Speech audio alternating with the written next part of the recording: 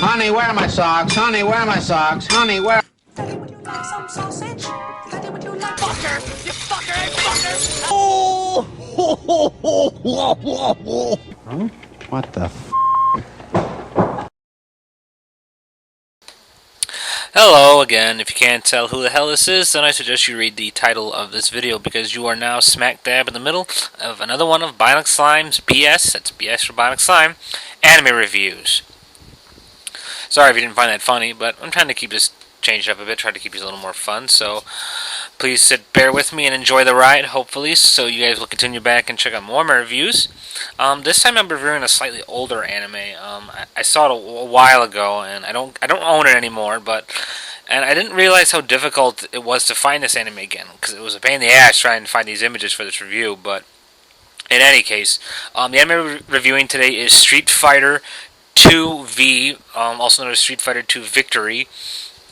It's a 26-27 or so episode anime series based on the infamous fighting game Street Fighter, and is in a sense a retelling of the Street Fighter 2 animated movie, which I will be reviewing on here at some point. But anyway, getting back to the review, Street Fighter 2V was distributed by Manga Entertainment. It was also distributed by ADV, and I don't know.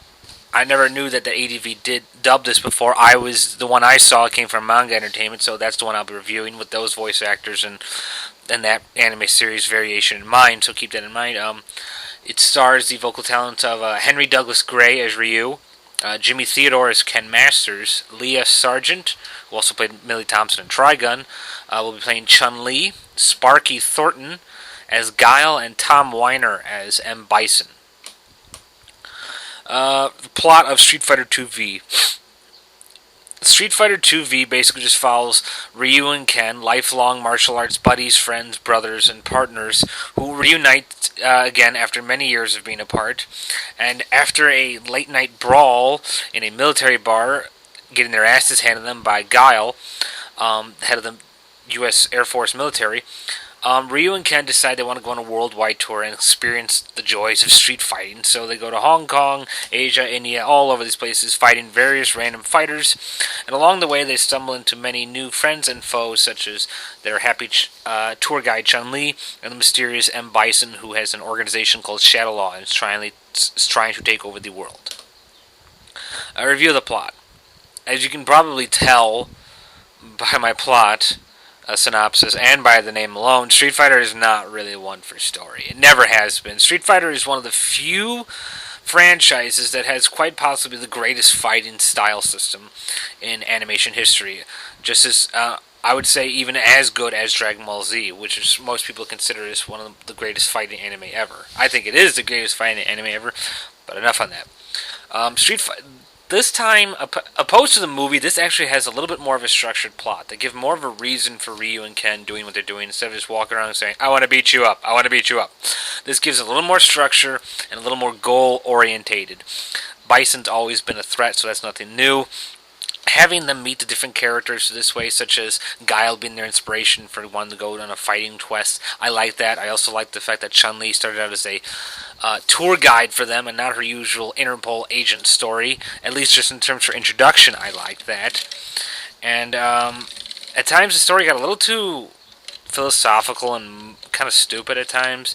Like there was this one point where Ken and Ryu were training in India under Dalsim, and he tells them, don't go in this special cave. It's like forbidden. And they're like, if it has nothing to do with training, I don't want to be involved with it. It kind of made it seem like the story is so shallow that, training is everything. And while it is a fighting show, it's nice to have at least a little more structural acknowledgement to a coherent storyline than just saying, training is life.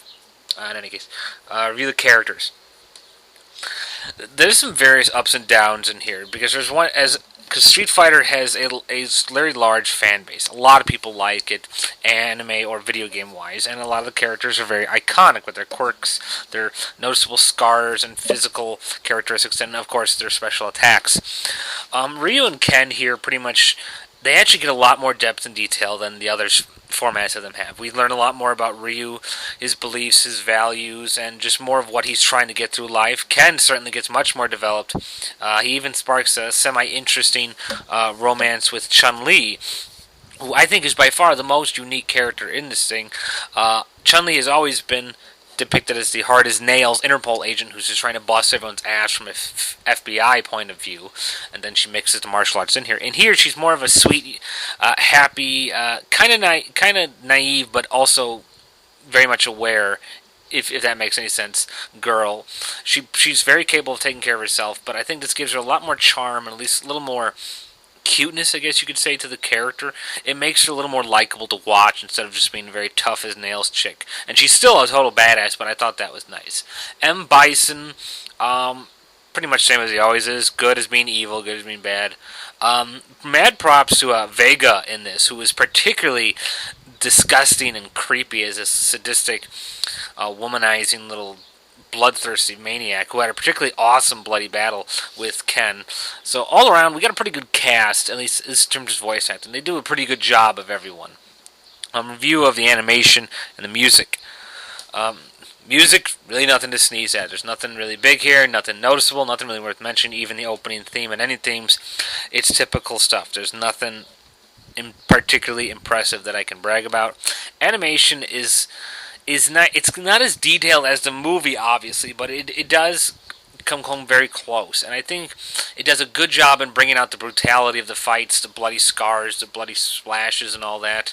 The impacts of the punches on their faces. It gives them a very 3D look, and I think it really helps show the severity of the fights, and the fights are very good, particularly the fight between Vega and Ken, and the opening fight with Guile and Ken and Ryu.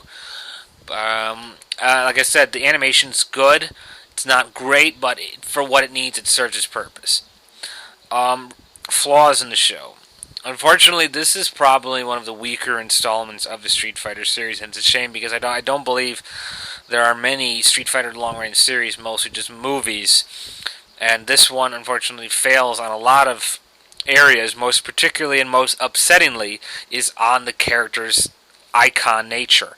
Most of the character's quirks and costumes are gone. Sagat has both eyes. He doesn't have a scar on his chest.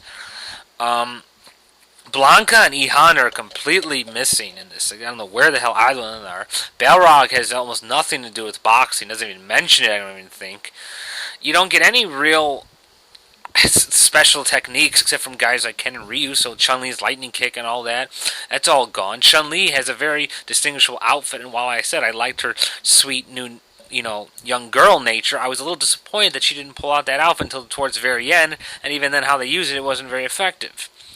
The show focuses way too much on this whole philosophy of yoga, dedicating the fighting for life stuff. At times it has some truthful moments in terms of personalities, like with Ken and Ryu, but for the most part, they missed out on what made Street Fighter so great, and that's the quirkiness of the characters. They all have very distinguishable and, above all, recognizable outfits and scars and features. That's one of the big things about the fighters that made them so unique. Their unique appearance, and for that, most of it was gone. Sagat was played off as more of a, friendly rival hero when he's always been a bad guy. Balrog was just pussy down as some kind of cheap agent.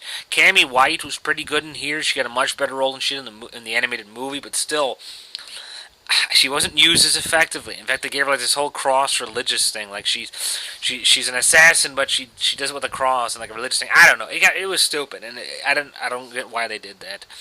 I don't know why they changed as much as they did and why they rearranged so much, and I was very disappointed in that because while I'm not a big video game buff, Street Fighter has a very fond memory in my mind, and they're very recognizable, and that kind of disarmed me and kind of disappointed me. Final wrap-up, Street Fighter 2 V is good in terms of if you're looking for nothing but fighting.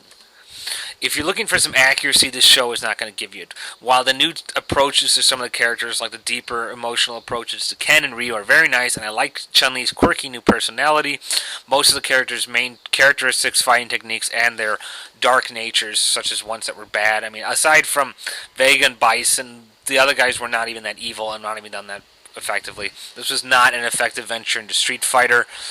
The animation and good fight scenes do not make up for the lackluster personalities in the what's supposed to be famous characters. I mean, come on, it's frickin' Street Fighter. I was disappointed with this, and as much as I thought I enjoyed it the first time, taking a second stronger look at it, I was not as impressed. Street Fighter 2 V gets a 2-star review. 2 stars out of 5. That's all for now. Hope you've enjoyed listening to my review, and I hope you guys continue listening to my reviews. This has been Bionic Slime for BS Reviews, and bye for now.